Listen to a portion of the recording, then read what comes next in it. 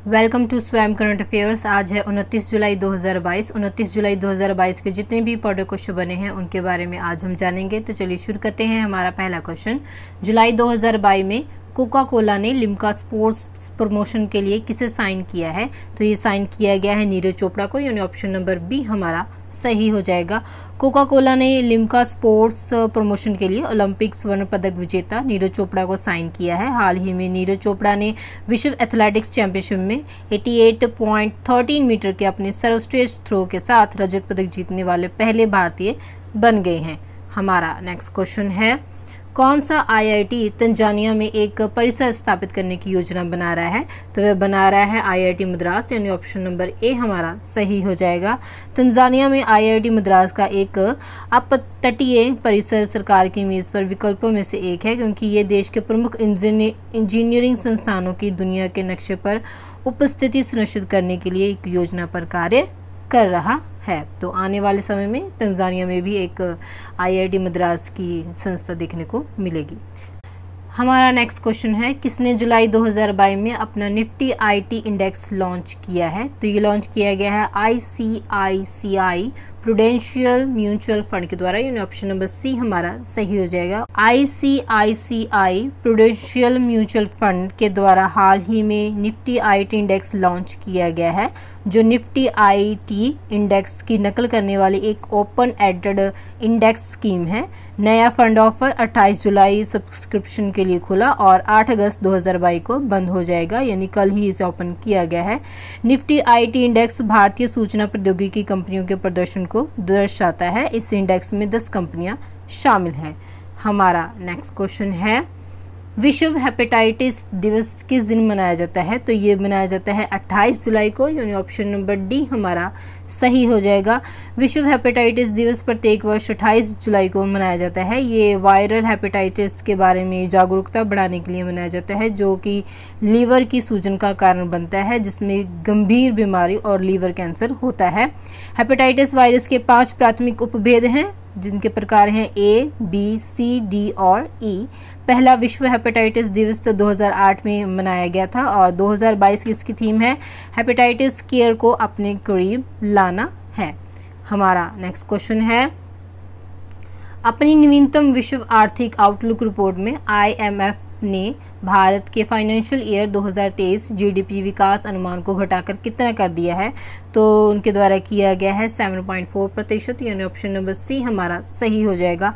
अंतर्राष्ट्रीय मुद्रा कोष यानी आईएमएफ ने चालू वित्त वर्ष के लिए भारत के सकल घरेलू उत्पाद यानी जीडीपी के विकास के अनुमान को 80 आधार अंकों से घटाकर 7.4% कर दिया है। वित्त वर्ष 24 के विकास पूर्वानुमान में भी इसी तरह की गिरावट दर्ज की गई है, जो कि पहले 6.9% के मुकाबले अब 6.1% है। हमारा नेक्स्ट क्वेश्चन है, जुलाई 2022 में किस देश में 300 वर्षों का सबसे बड़ा गुलाबी हीरा लुलो रोज पाया गया है? तो ये पाया गया है अंगोला में, यानी ऑप्शन नंबर बी हमारा सही हो जाएगा। एक दुर्लभ शुद्ध गुलाबी हीरा जिसे 300 वर्षों में सबसे बड़ा माना जाता है, मध्य अफ्रीका के एक देश अंगोला में खोजा गया है। ये 170 कैरेट का गुलाबी हीरा है और इसे दी लुलो रोज नाम दिया गया है। इसका वजन 34 ग्राम है। अंगोला में खनिकों ने इसे अंगोला के हीरे समृद्ध उत्तर पूर्व में लुलो खदान में खोजा है, जिसके कारण ही इसका नाम लुलो रोज रखा गया है। लुलो रोज एक टाइप 2A हीरा है, जिसका अर्थ है इसमें कुछ या कोई अशुद्धता नहीं है।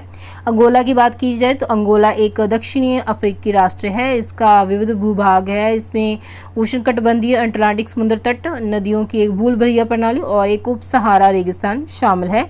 इसकी कैपिटल लुआंडा है। इसकी करेंसी अंगोलन क्वाजा और राष्ट्रपति जोजाओ लोरेंको है। बढ़ चलते हैं हमारे नेक्स्ट क्वेश्चन की ओर, किसने दूसरा वार्षिक IUCN WCPA अंतर्राष्ट्रीय रेजर पुरस्कार 2022 जीता है? तो ये पुरस्कार जीता गया है असम में स्थित औरंग राष्ट्रीय उद्यान के द्वारा, यानी ऑप्शन नंबर डी हमारा सही हो जाएगा। असम में स्थित Orang national park and tiger reserve को प्रतिष्ठित दूसरा वार्षिक IUCWCPA इंटरनेशनल रेजर अवार्ड 2022 प्राप्त हुआ है। ये पुरस्कार international union for conservation of nature यानी IUCN और world commission on project areas यानी WCAP द्वारा प्रस्तुत किया गया। ये पुरस्कार उन लोगों के प्रयासों को पहचानता है जो कि पृथ्वी के जंगली स्थानों और वन्य जीव की रक्षा करने और स्थानीय समुदाय का समर्थन करने के लिए अपने कर्तव्यों को जानते हैं। दूसरे शब्दों में कहें तो ये पुरस्कार दुनिया भर के संरक्षित क्षेत्रों में रेंजरों के उल्लेखनीय कार्यों को मान्यता देता है। हमारा नेक्स्ट क्वेश्चन है, PV सिंधु और किससे राष्ट्रमंडल खेलों 2022 के लिए भारत का ध्वजवाहक नामित किया गया है? तो ये नामित किया गया है मनप्रीत सिंह को, यानी ऑप्शन नंबर ए हमारा सही हो जाएगा। भारतीय पुरुष हॉकी टीम के कप्तान मनप्रीत सिंह और शटलर PV सिंधु को राष्ट्रमंडल खेलों 2022 के उद्घाटन समारोह के लिए भारत के ध्वजवाहक के रूप में नामित किया गया है। सिंधु गोल्ड कोस्ट में 2018 में CWG में भी ध्वजवाहक थी और भारत के कुल 215 एथलीट 28 जुलाई से 8 अगस्त 2022 तक इंग्लैंड के बर्मिंघम में होने वाले राष्ट्रमंडल खेलों में हिस्सा ले रहे हैं। राष्ट्रमंडल खेलों की बात की जाए तो राष्ट्रमंडल खेलों को अक्सर मैत्रीपूर्ण खेलों के रूप में जाना जाता है। ये एक अंतर्राष्ट्रीय बहुखेल आयोजन है। इसमें राष्ट्रमंडल राष्ट्रों के एथलीट शामिल होते हैं और ये आयोजन पहली बार 1930 में आयोजित किया गया था और फिर 1942 और 1946 को छोड़कर तब से ये हर 4 साल के मध्य में होता है, यानी 1942 और 1946 को ये नहीं हुआ था।